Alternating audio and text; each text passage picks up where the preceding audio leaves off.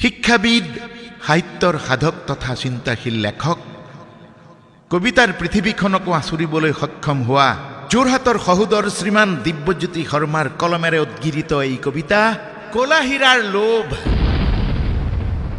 শিৱসাগৰৰ বুকুত আজি কেৱল বান অহা নাই। উজনি অসমৰ অতীতৰ সমগ্ৰ অবিভক্ত শিৱসাগৰ জিলাত আজি কেৱল বানপানীয়ে অহা নাই। এয়া কেৱল সৰ্বস্তৰৰ সকলো জাতি জনগোষ্ঠী, সৰ্বধৰ্মাধৰ্মী, কি ধনী কি দুখীয়া, প্ৰত্যেক আশা ভৰা মানুহৰ ভাষা ভৰা অন্তৰৰ গগন কপোৱা আৰ্ত চিৎকাৰ, ভয়াৰ্ত ক্ৰন্দন, এই মাটিৰ হুমুনিয়া এটা সভ্যতাৰ নিজ হাতে লিখা মৃত্যুৰ দলিল। 8 ঘণ্টাৰ বৰষুণ,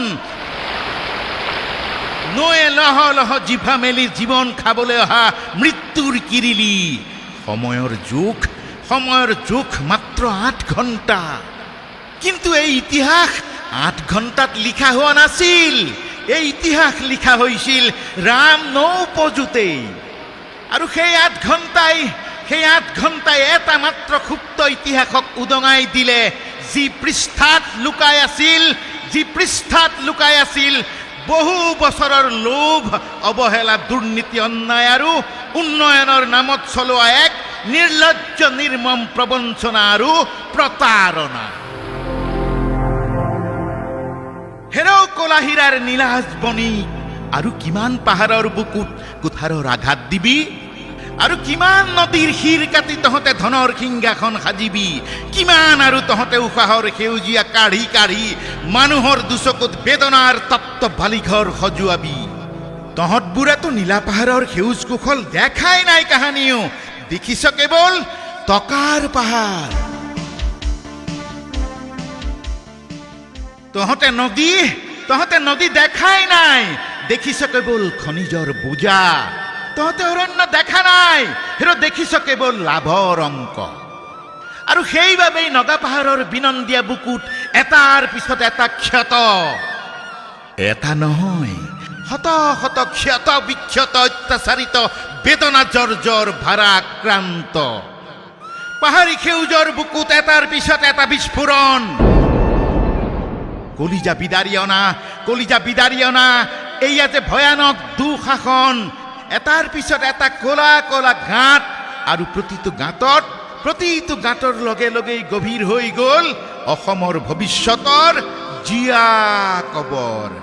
আজিৰ বান কেৱল বৰষুণ নহয়, এই বান লোভৰ, এই বান দুৰ্নীতিৰ, এই বান ক্ষমতাৰ উন্মত্ত অহংকাৰৰ। হেৰ দেখিছনে তহঁতি মাকৰ বুকুত সন্তানৰ নিথৰ শৰীৰ? পিতৃয়ে পানীৰ সোঁতত হেৰুওৱা সন্তানৰ নাম ধৰি ধৰি চিঞৰি কান্দিছে, শুনিছনে তহঁতি? এখন ঘৰ, এটা পৰিয়াল, একে নিশাই 4 কুৰা জুই, শয়ে মানুহ উটি গ'ল। অন্তিম সংস্কাৰৰ বাবে কিমানৰ যে দেহাটোকেই বিচাৰি নাপালে। গৰু, মহ, ছাগলী, হাঁহ, কুকুৰা কিমান যে উটি গ'ল, কিমান যে মৰিল হজিল, কিমানৰ যে জীৱিকাৰ সোণ ধন নিমিষতে নিঃশেষ হ'ল জীয়াই থকাৰ সৰ্বসম্বল। খেতিয়কৰ ভঁৰাল উটি গ'ল, ধান চাউল শেষ, আইৰ ঢেঁকীখালত মৃত সম্পদ। শত শত মানুহৰ জীৱন জীৱিকা বানৰ তাণ্ডৱত তছনছ হৈ উটি গ'ল। শত শত যুৱকৰ মৎস্যশিল্প বানত বুৰি গ'ল। কত স্কুল কলেজীয়াৰ কিতাপ বহি বেগ পানীৰ তলত বোকা পলসত জাহ গ'ল। বিধৱা মাতৃৰ একমাত্ৰ ঘৰখন, জীৱন জিৰোৱা ঘৰখন বানে খালে, বানে উটুৱালে। 3টাকৈ সন্তানক নিথৰুৱা কৰি থৈ মাক বাপেক হালক পানীয়ে মোহাৰিলে, লৈ গ'ল উটুৱাই।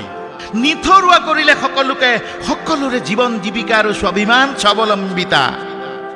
যাৰ উৎপাদনে আন হাজাৰজনৰ উদৰ পুৰাইছিল, সেই খেতিয়ককেই আজি ভিক্ষাৰী কৰিলে। যিয়ে আনক সামগ্ৰী যোগান দিছিল, সেই ব্যৱসায়িক সৰ্বস্বান্ত নিঃস্ব কৰি মাৰিলে। এজন স্বাভিমানী মানুহক ৰিলিফৰ শাৰীত থিয় কৰাই দিলে। আৰু তহঁতে কয় এয়া প্ৰাকৃতিক দুৰ্যোগ, এয়া ডাৱৰ ফটা দুৰ্যোগ, ডাৱৰ বিস্ফোৰণ। নহয়, এয়া প্ৰাকৃতিক দুৰ্যোগ, এয়া মানুহৰ লোভৰ দুৰ্যোগ, এয়া মানুহৰ ক্ষমতাৰ খক। হেৰৌ ক্ষমতাৰ অহংকাৰত মাতাল ধুৰন্ধৰ মনত ৰাখিবি যৌনকৰ্মীয়ে নিজৰ দেহ বিক্ৰী কৰে জীয়াই থাকিবলৈ, কিন্তু তহঁতে তাতোকৈ নিকৃষ্ট বেশ্যা। তহঁতে মাৰৰ মৃতদেহক নিলাম কৰ মুকলি বজাৰত। তহঁতৰ ক্ষমা নাই, তহঁতৰ সঁচাকৈ ক্ষমা নাই। তহঁতে বিক্ৰী কৰিলি পাহাৰ অৰণ্য জান জুৰি মাটি আৰু আশাবাদী মানুহৰ চিনাকি ভৱিষ্যত। এই যে পাপৰ ক্ষমা নাই তহঁতৰ। ইতিহাসেও তহঁতবোৰক নকৰে ক্ষমা, প্ৰকৃতিয়েও তহঁতক নকৰে ক্ষমা। আজি সেই অতীতৰ শিৱসাগৰে কান্দিছে, কালিলৈ সমগ্ৰ অসম তথা পৃথিৱীয়ে এই কান্দোনৰ উৎস শুনিব। এদিনেই পানী শুকাই যাব, সমগ্ৰ পালিচৰ ওলাই আহিব, নদীও আকৌ নিজৰ পথ বিচাৰি ল'ব।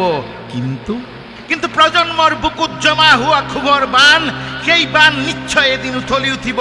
কাৰণ প্ৰতিটো উটি যোৱা ঘৰ, প্ৰতিটো নিথৰ দেহ, প্ৰতিটো অনাথ শিশু, সৰ্বস্বান্ত প্ৰতিজন কৃষক খেতিয়ক, বন হাবি অৰণ্য, প্ৰতিটো জীৱ বৈচিত্ৰ্যৰ হুমুনিয়া ইতিহাসত এটা এটাকৈ সাক্ষী হৈ ৰ'ব।